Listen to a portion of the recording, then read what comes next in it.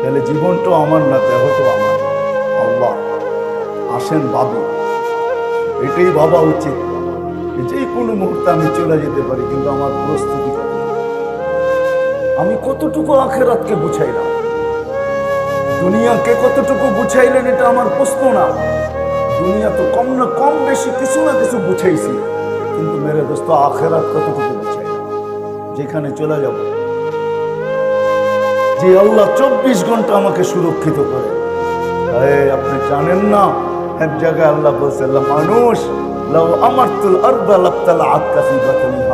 আমি জমিনকে হুকুম দিতে দেরি, তোকে পেটে নিতে দেরি করবো, দেরি হবে না পেটে নিতে, কসম খোদার কয়েক সেকেন্ড লাগবে আমাদের এই বিল্ডিং শিল্ডিং সহ পেটে নিতে, যদি একটু স্কেল বাড়ায় দেয়।